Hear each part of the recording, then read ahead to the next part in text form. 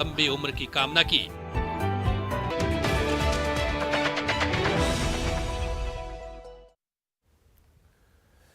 नमस्कार, आप देख रहे हैं न्यूज 18 स्पेशल। मैं हूं आपके साथ अलीम अतहर। व्लादिमीर पुतिन ने बहुत बड़ी धमकी दी है। पुतिन ने कहा है कि रूस को कोई बांध कर नहीं रख सकता है। रूस की सरहदों को लेकर पुतिन के इरादे बेहद खतरनाक हो चुके हैं। पुतिन के इस धमकी के कई मायने निकाले जा रहे हैं। यह भी कहा जा रहा है कि पुतिन यूक्रेन के बाद एक और बड़े युद्ध का ब्लूप्रिंट तैयार कर चुके हैं। ऐसे में रूस की मिसाइल और कहां कहां तबाही मचा सकती है, देखिए इस रिपोर्ट में।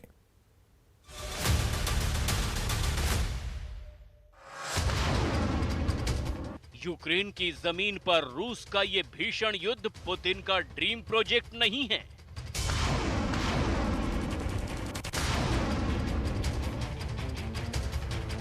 ये जानकर आपको बेशक हैरानी हो सकती है,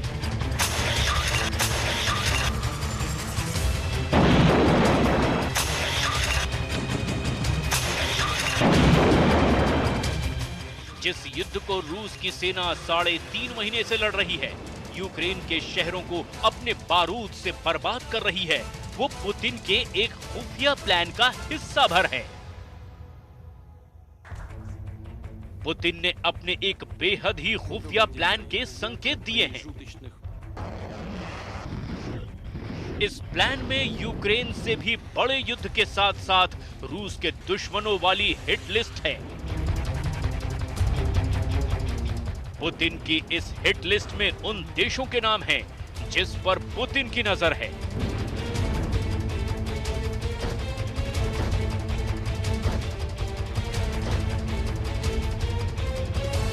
क्योंकि पुतिन ने संकेत दिया है कि रूस अब अपनी सीमा विस्तार वाले मिशन को रोकने वाला नहीं है।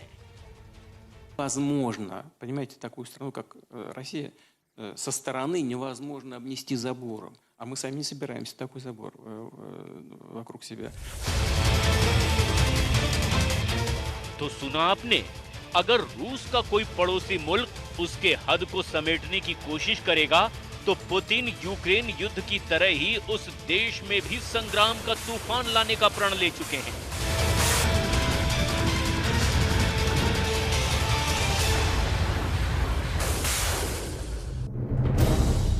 पुतिन का इरादा बहुत बड़े युद्ध का है, यूक्रेन से भी बड़े युद्ध का। लेकिन सवाल ये कि अब पुतिन ने दुनिया के किस हिस्से को नए वॉर जोन में बदलने का खाका खींच रखा है, जिसे वो पीटर द ग्रेट प्लान का नाम दे रहे हैं। पुतिन ने अपनी तुलना 17वीं सदी के रूस के सम्राट पीटर द ग्रेट से की है।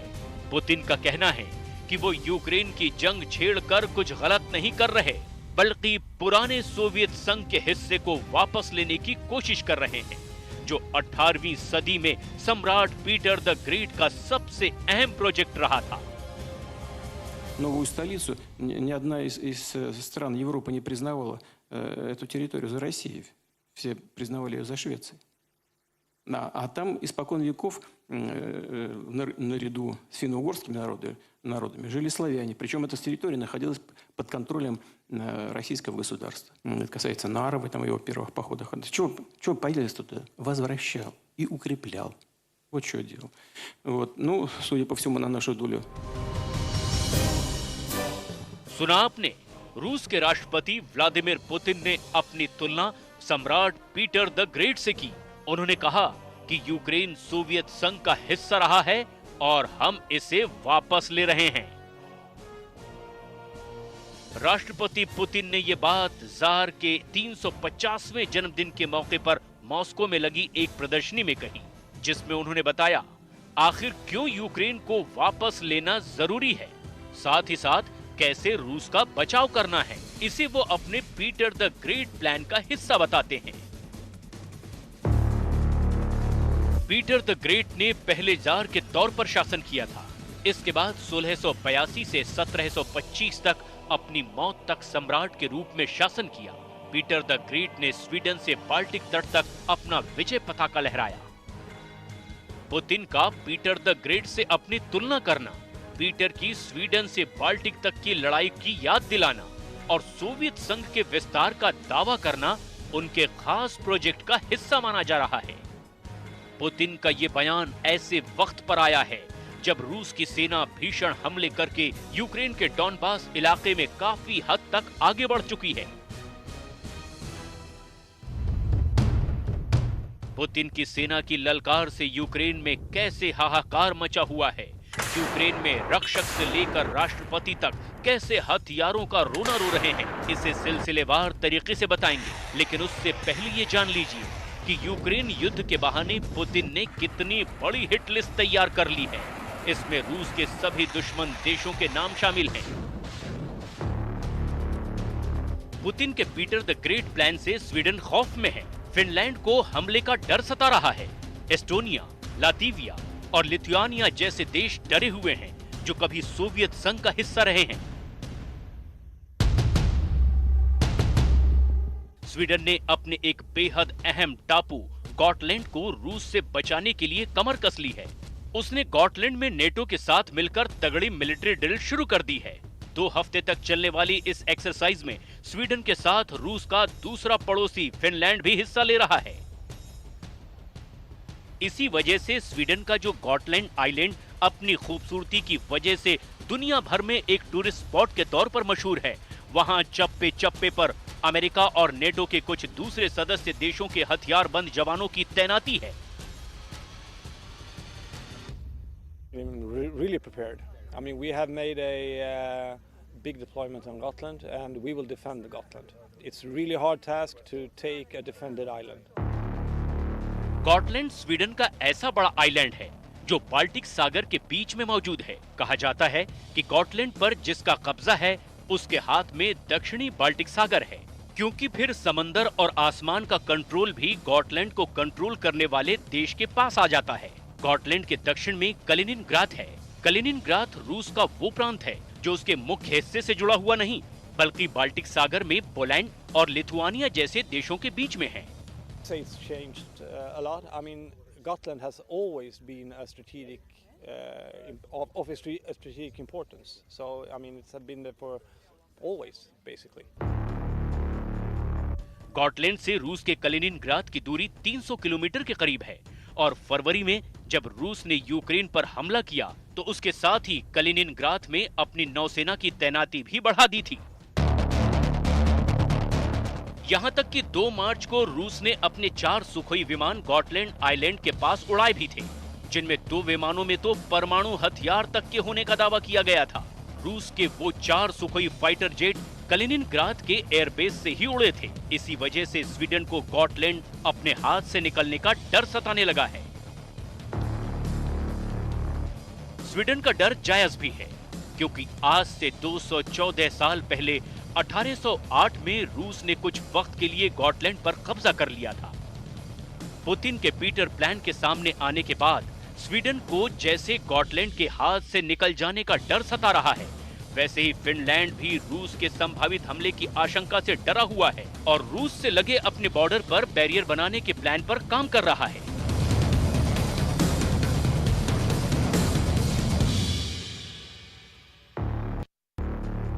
फिनलैंड की सरकार ने सीमा कानून में संशोधन कर रूस के लगने वाली 1300 किलोमीटर लंबी सीमा पर बाड़ बनाने की तैयारी की है। फिनलैंड में रूस की तनातनी पुरानी है। फिनलैंड का रूस के साथ युद्धों का इतिहास रहा है। यूक्रेन की तरह ही फिनलैंड भी रूस का पड़ोसी मुल्क है। यूक्रेन की तरह फिनलैंड ने भी नेटो में शामिल होने की अर्जी लगाई है। यूक्रेन युद्ध की इन विध्वंसक तस्वीरों को देखकर फिनलैंड की सरकार से लेकर जनता भी खौफ में है। फिनलैंड को लग रहा है कि यूक्रेन की तरह रूस किसी भी वक्त फिनलैंड पर हमला कर सकता है।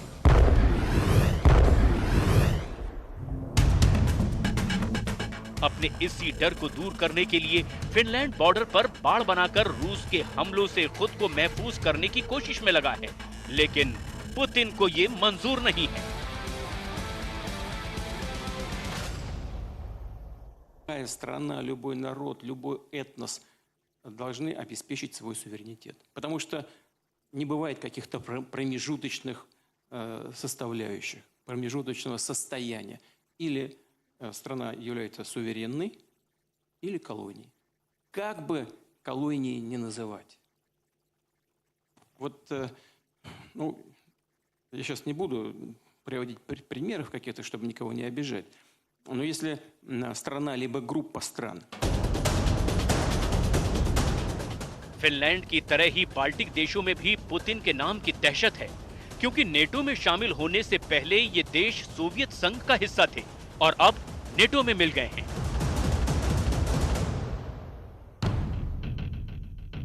पुतिन का प्लान नेटो में शामिल लिथुआनिया, लातविया और एस्टोनिया पर भी कब्जा जमाने का हो सकता है। द सन की रिपोर्ट के मुताबिक यूक्रेन युद्ध में बढ़त के बाद पुतिन पूर्वी यूरोप के और देशों को भी अपने निशाने पर ले सकते हैं। इसकी आशंका इसीलिए भी और बढ़ जाती है क्योंकि पुतिन क्राइमिया और जॉर्जिया पर पहले ही कब्जा कर चुके हैं। साथ ही अपने प्रभाव का विस्तार करने के लिए वो पड़ोसी देशों के तानाशाहों के साथ गठजोड़ बना रहे हैं। पुतिन का प्लान रूस, यूक्रेन और बेलारूस को मिलाकर एक नया यूनियन स्टेट बनाने की है, जिसका पावर सेंटर मॉस्को होगा।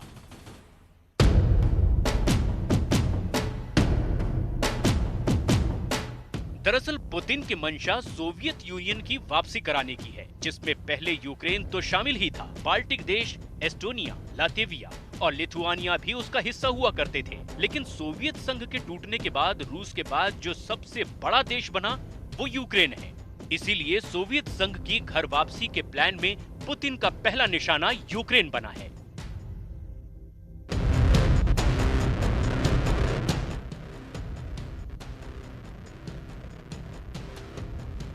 रूस की आर्टिलरी रण क्षेत्र में यूक्रेन के सैनिकों के लिए काल बने हुए हैं। युद्ध के मैदान में ज़ेलेंस्की के लड़ाकों के लिए सबसे बड़ी मुसीबत बने हुए हैं। पूर्वी यूक्रेन की लड़ाई में रूस के हथियारों ने युद्ध की तस्वीर ही बदल डाली है। इसीलिए अब ज़ेलेंस्की एक बार फिर लौटकर हथियारों का रोना शुरू कर चुके हैं। Тому що, щоб наступати, ви прекрасно в цьому, я думаю, знаєте, для цього потрібно не менше в 10 разів техніки і не менше в 10 разів людей. Так? Тому що бажання у нас більше, але техніки поки що у нас менше. Тому ми не можемо дуже потужно просуватись вперед.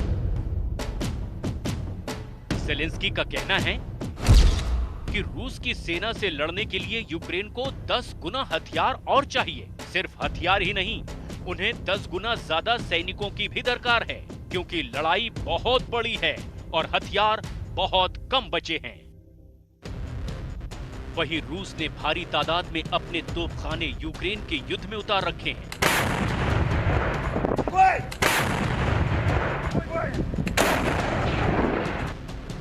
यूक्रेन के सभी मोर्चों पर रूस की सेना गोली बरसा रही है।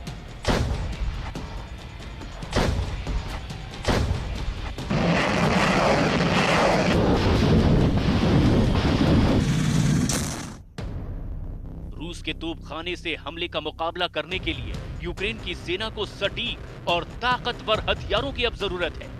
ऐसे में रूस के तोपखानों के जवाब में यूक्रेन को मल्टीपल लॉन्च रॉकेट सिस्टम की तत्काल जरूरत है। А вже ж, перш за все, перемога повинна бути на полі бою. Або, скажімо так, не тільки перемога, перш за все, сильна, міцна ситуація на полі бою. Коли ми можемо дійсно бачити наші позиції, бачити відповідну техніку, потужну нашу силу, яка не поступає кількості російської техніки. Принаймні, ми до цього йдемо і принаймні ми цього дуже хочемо. यूक्रेन के राष्ट्रपति ज़ेलेंस्की मई के पहले हफ्ते से ही मल्टीपल लॉन्च रॉकेट सिस्टम की मांग कर रहे हैं। ज़ेलेंस्की आए दिन अमेरिका के M142 हाइमर्स और ब्रिटेन के M270 रॉकेट सिस्टम की रट लगाए हुए हैं। युद्ध में रूस की बढ़त और यूक्रेन के मौजूदा माहौल को देखते हुए अमेरिका और ब्रिटेन दोनों देशों ने आखिरकार ज़ेलेंस्की की मांग मान ही ली है और अपने मल्टीपल लॉन्च रॉकेट सिस्टम को अब जल्द से जल्द भेजने पर राजी हो गए हैं। यूक्रेन को डिलीवर होने वाले इन 2 रॉकेट ने 5 देशों को आपस में उलझा कर रख दिया है। पहला देश है अमेरिका, जहां से हाइमार्स रॉकेट आने वाला है। दूसरा देश है ब्रिटेन, जो यूक्रेन को M270 रॉकेट भेज रहा है। तीसरा देश पोलैंड है, जहां से होकर ये हथियार यूक्रेन आएंगे। चौथा देश है खुद यूक्रेन। वहीं पांचवा देश रूस है, जिसे इस डिलीवरी पर सख्त ऐतराज है। Поставлять вооружение, которое совершенно очевидно способно доставать не только приграничные, но и более глубокие районы Российской Федерации. И если вся эта болтовня про то, что Зеленский вам что-то обещал, будет приниматься всерьез, тогда как на самой Украине политики, депутаты просто смеются над американцами, которые сказали: мы верим Зеленскому, он нам обещал по России. तो सुना आपने, रूस के विदेश मंत्री का कहना है कि उन्हें अमेरिका और ब्रिटेन से यूक्रेन भेजे जा रहे मल्टीपल लॉन्च रॉकेट सिस्टम पर ऐतराज है। नाराजगी की सबसे बड़ी वजह दोनों रॉकेट सिस्टम का रेंज है। सबसे पहले बात अमेरिका से यूक्रेन को मिलने वाले हाइमार्स रॉकेट की। इस रॉकेट की रेंज कितनी होगी? 10 किलोमीटर, 20 किलोमीटर, 50 किलोमीटर या 100 किलोमीटर? भूल जाइए 10, 20, 50 और 100 किलोमीटर वाला दायरा। ये वो रॉकेट सिस्टम है जो 500 किलोमीटर दूरी तक कहर मचा सकता है।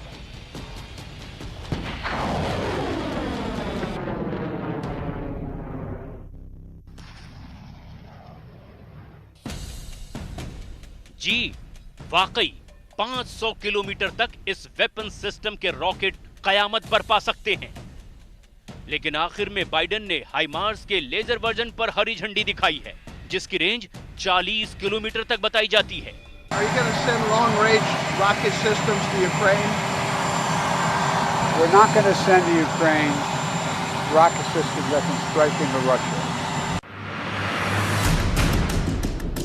अमेरिका के साथ साथ अब ब्रिटेन की सरकार भी जेलेंस्की को नए रॉकेट सिस्टम से लैस करने के लिए एक्टिव हो गई है। ब्रिटेन की सरकारी वेबसाइट पर बहुत साफ साफ लिखा है कि वो यूक्रेन को multi launch rocket system gift देगा। नीचे बताया गया है कि M270 रॉकेट सिस्टम है, जो 80 किलोमीटर की रेंज तक गाइडेड रॉकेट से हमला कर सकता है।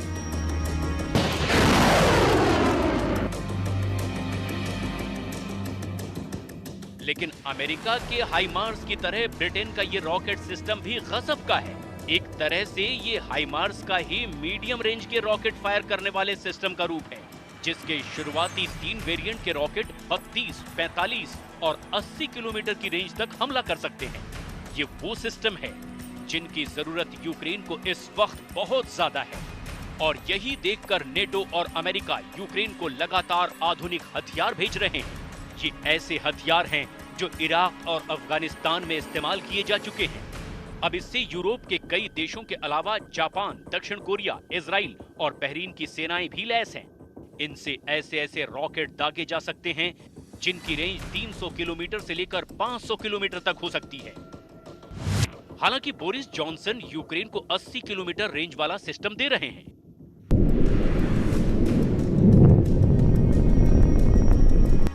रेंज को लेकर ब्रिटेन ने भी वही किया, जिसे लेकर बाइडेन भी बैकफुट पर आ गए हैं, और अमेरिका को बताना पड़ा कि वो मध्यम दूरी वाले हाइमार्स सिस्टम से ही यूक्रेन को लैस करने जा रहा है।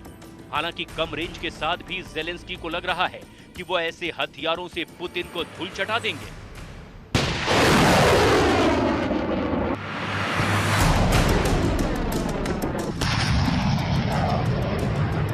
लेकिन पुतिन का दावा है कि यूक्रेन को मिलने वाले सभी हथियारों का तोड़ रूस के जखीरे में मौजूद है,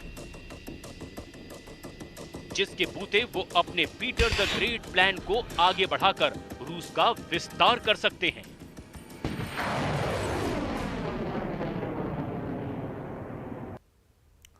और चलिए देश के सबसे विश्वसनीय और वास्तव में नंबर 1 अंग्रेजी समाचार चैनल के बारे में बात करते हैं। जी हां, हम बात कर रहे हैं CNN न्यूज 18 की, जो अपने निष्पक्ष, संतुलित और सबसे सटीक समाचार को अंग्रेजी भाषा में प्रसारित करने के लिए चार्ट में सबसे ऊपर रहा है। ये दैनिक समाचारों में बिना किसी छेड़छाड़ और निष्पक्ष खबरों की खुराक के लिए अंग्रेजी भाषा के दर्शकों की पहली पसंद है।